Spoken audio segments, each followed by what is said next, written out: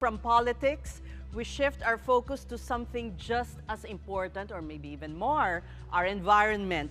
Here we feature initiatives aimed to create a greener, more sustainable future, one story at a time. And it starts in our communities with everyday actions that make an impact, like planting a single seed that can sprout into something bigger. Welcome to our weekly segment, Sustainability.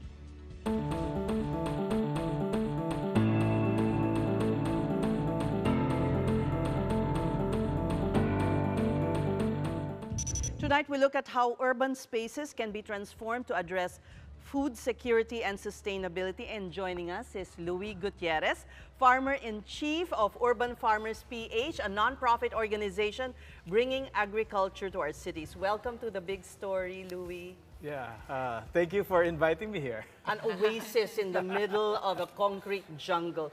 What gave you the idea to begin this? Well, as each and every one of us have a story about the pandemic. Yeah. This was a pandemic story. I am a jeweler by profession, and during the pandemic, everything closed. I was opening stores a few weeks before, and then suddenly March 15, sarado lahat. I have 400 employees. And during that start of the pandemic, everybody was afraid. No, there was, where to get food, etc. And I was cooped up in our house, in our village, and I was reading Instagram. No? They were talking about 300,000 plants, diba? The plantita craze. No? They were talking about, launched the whole uso. Ridiculous prices. Ridiculous prices, and they were posting them on Instagram, and I did feel good about it. A lot of people were hungry, and then people were posting expensive plants. Of course, I like plants too. No, I was guilty, and I was one of them. But I realized, but I realized, I think food is more important. So one day I was walking on our street, and then I saw this empty lot full of overgrown weeds. And then out of the blue, I just asked the owner, I didn't even know her too much, no? If I could use the place to plant for my family initially. And then she suddenly said yes. That was a sign. No? Along the way, there were so many signs, so many small miracles that happened. And now you have another garden. This was in Bel Air, right? Yeah, that's where I so live. now in BGC, how did you get to plant in this vacant lot? Yeah. Whose permission did you get? Of course. I was also curious. Yeah, I'm curious, like, no? this urban farm, it's kind of big, it's nice, it's tucked away in a nice corner. And it's expensive. Exactly. Of course, BGC. expensive. Farm siguro. So, a lot of people ask me, how did I get this? And I always say that, if intentions are clear, amazing things happen. And when I invited a group from Ayala, where I'm a tenant in the malls, to our small farm in the village. And then they got inspired, and they said, we might be able to help you Replicate it into a more public space. But you weren't even thinking of that, No, were you? definitely no. I was just thinking about, I was happy with that small farm, and the community, the neighbors were really happy. The kasambahays, the security guards were all, happy getting produce from us. But of course, the bigger thing was, how do I replicate this? Scale it up? And more people, and create more awareness for people. So what made you, we have like some of your Yes, Yes. let's talk about that. Actually, those were freshly harvested an hour ago. Wow. I'm a I think you happy can tell. customer. Yeah. I had no idea because I was just telling Stas, I pass urban farms all the time, and I thought it was like you rented out little plots of land to maybe people like her or me who are interested in. Yeah. But apparently I was mistaken. Yeah, It is but we completely- actually do. We have this adopt-a-pod A plot. adopt-a-plot activity there. And residents can actually rent a plot. Oh, But so we're of both course- right pala. Yes, but of course, we also, in Do you our other areas, we plant and then people can, Yung presyo much ng does it go? real estate sa BGC. I know, right? Ang kind of the question, One no? square How meter. much is it to rent? it's 2,500 a month. Okay. It's a 1 square meter bad. plot. And, if you cannot come and visit on regular days, we take care of the area. So we have families renting the plots, bringing their kids, learning, and then while they roam around the farm, they have something to look forward to. Yes, an activity. But I'm Exactly. curious, from your village plot, what were you planting there? Dumiretso ka ba sa mga lettuce? Or did you start with the usual Pinoy fare? Like, I also planted some food. It was papaya, malunggay, okra and eggplant because they were easy. My tomatoes failed. Yeah, that's very challenging. Right, so I stuck to those. So did you also Plant have them to in the try summer. Oh, Yeah, it's seasonal. Well, actually, of course, the leafy advice. greens are the easiest ones, no? And they really grow fast. So, like in 3 weeks, you can have this fresh lettuce. And no artificial, Mustard. Yeah, so we grow it from the soil. A lot of people, when I talk about it, oh, is it hydroponic? Yeah. Because it's BGC. Yeah. They think it's on the rooftop. But this is in soil, and we only use vermicompost.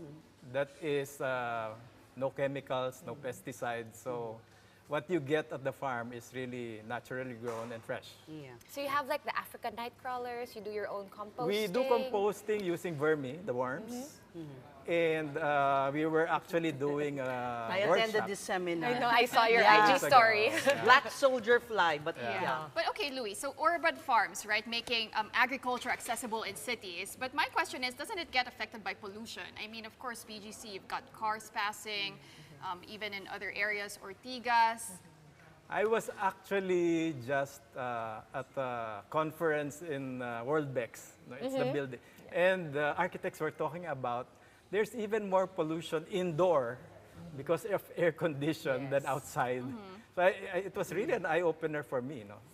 Like you would be thinking that, this is air, polluted, etc. But at the end of the day, there's more pollution inside. Yeah. Something I Inside, also yeah. learned in COVID when I bought those yung mga air monitors and air cleaners.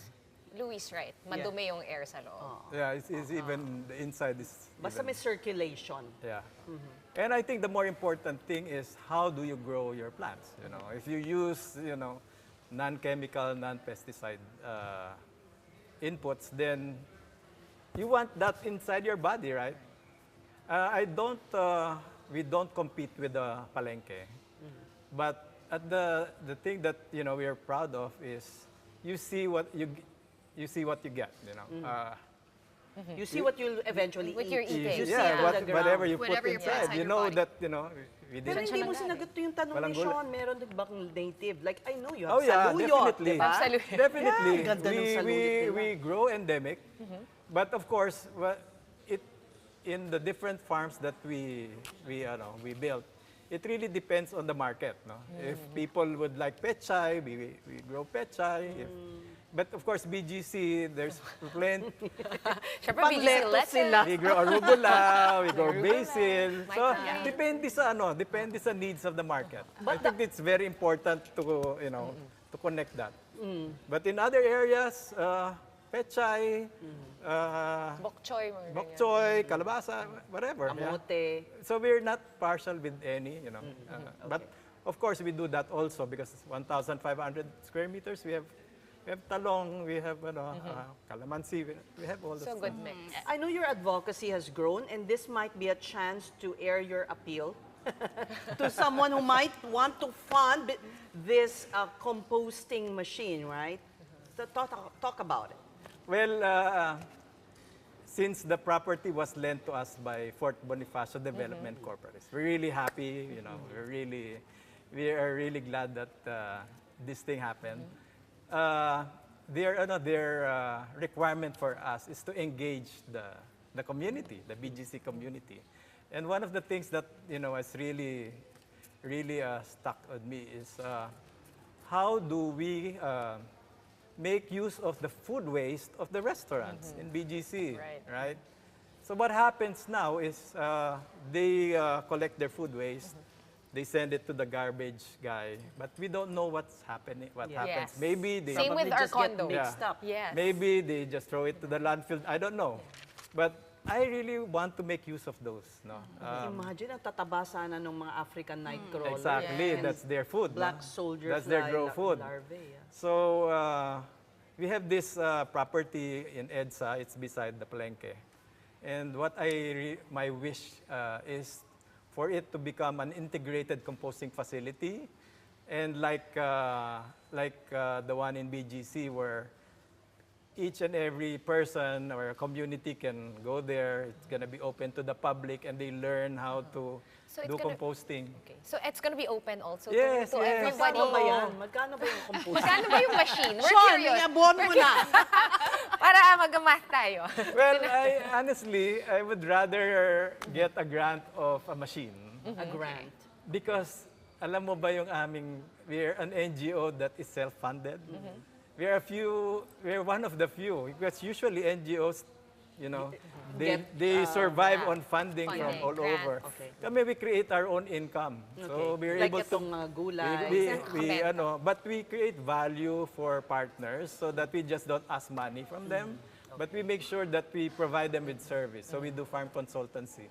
So we work with different companies, we partner with them, and then if they want to support a community, then we do the farms for their community. I'm curious, do you also do like a smaller, quote-unquote, smaller time things? For example, let's just say I win the lotto and I'm able to build a house and I want to incorporate these things into the build of my house. Can I get you as a consultant Oh, as yeah, well? perfect, yes. We actually work with different residences and communities also. May mga villages na ba na who started? I know that's what you dream because so many vacant lots. Sobrang daming empty lot. I Hindi nga, know. yung is, imagine lang if all of the unused land in Metro Manila are turned into even temporary farms like this, walang magugutom, di ba? At saka mumura yung presyo ng gulay. Yeah. Kasi hindi na sila magta-travel. I think it's It's a really the sustainable way of accessibility also, accessibility of food. And for example, no, and hindi malayong mangyari, that there will be another COVID, another epidemic, no? From our experience, it was hard to bring in food from the rural areas to the Yes, city. Yeah. So, Napapanis nga you have to yun, be ready. You have to be ready. And also, one of the things that is really close to my heart is we're able to inspire young people to get into agriculture. And you asked me before, kanina, why BGC? That's where the young people hang out, di ba? Well, I was actually wanted to ask you that as well, because there's that aging population, right, of people who really like farming. So in a way, this also helps the younger generation get into farming. In short, making it sexy again for Making the it- younger yes. generation. Exactly. Instead of hanging out in a bar, Yeah. go there. Exactly. Di ba you can also, you're a venue for parties. You can do events. Yes. I can do a birthday party na parang may composting. We even do lesson. gin garden parties there. Gin? Oh, Okay. so fresh herbs. Fresh botanicals. Oh, yeah. Because botanicals are very important when you mix all Yeah, of they those. have a fancy box. They open it. You have like the berries. This is something really interesting to the young people, and that's what we want to bring in Yeah. there. No? So we're really open. No? Make it fun. Make farming fun. So how many years since you started? We started during the pandemic in Bel Air, but the BGC one is we started in 2021. So we're About 4 years in BGC. Is the Bel Air one still around? Yes, it is. So and the residents have kept it going? actually, I also built one for the barangay. Okay. So there are actually 2 farms in Bel Air right now, and hopefully we'll have more in the different villages. We're in talks with the other villages in Makati. We're not very, I'm gonna take a guess that these village people are watching us right now. So just in case, like, how does the Bel Air model But work? parang mahirap kasi. Is it hard ba? Baka magkakaaway-away No, ba no, yung no, mga Depende sa kapitbahay na yan? homeowners. I Malaking think, responsibilidad. yeah, of course, when we work with different communities also, we will also want to make sure that there's a champion. Because we can build the farm, but we cannot be there every day. We're only a small group, and that's not our intention. Yeah. That's not the Dapat intention they of the can advocacy. Start on their own. The intention of the advocacy is we can probably help them start it, but then they will continue. it. So get other people into it themselves. Exactly. So parang dumadami talaga yung people who are really into it. And Louie, recently you were recognized as a certified learning site for agriculture. Tell us about that. Yeah, we're really proud that. Imagine there's a learning site for agriculture in the city. Yeah. Usually they're offered in the provinces. So sa mga probinsya yan, but now we're having it there. So we do workshops, we do activities there. So I think it creates a more professional Approach and it becomes more professional because we're accredited already. So nakatuwa naman. So this So small may things diploma ka, may certificate ka. well, Legit. hopefully we're gonna have them soon, and so that there will be more companies bringing their employees, schools bringing their Field the trips. kids to do field trip. We actually just had one this morning, so it's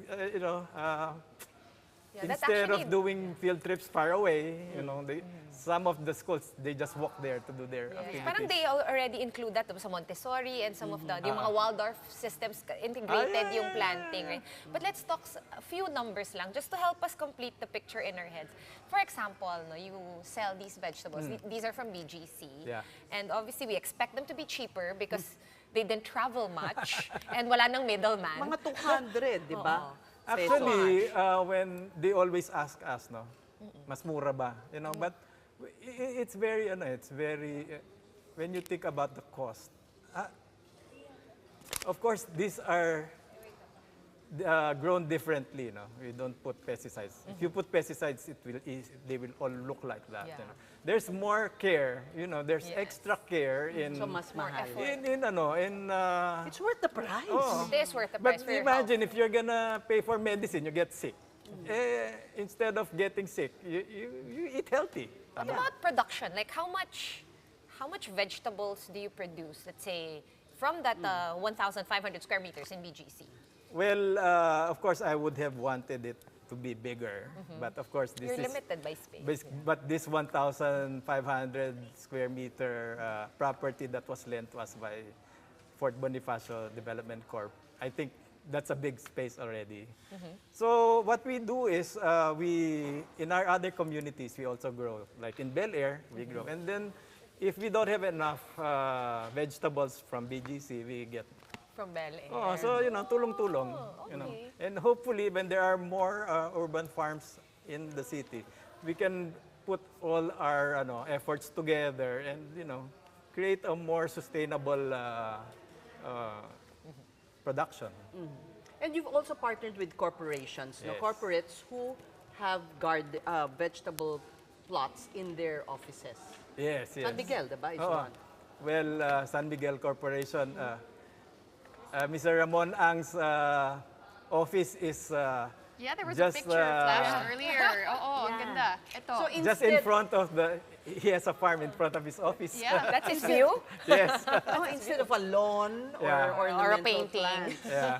So Yeah. dati it's full of grass lang. It was a lawn.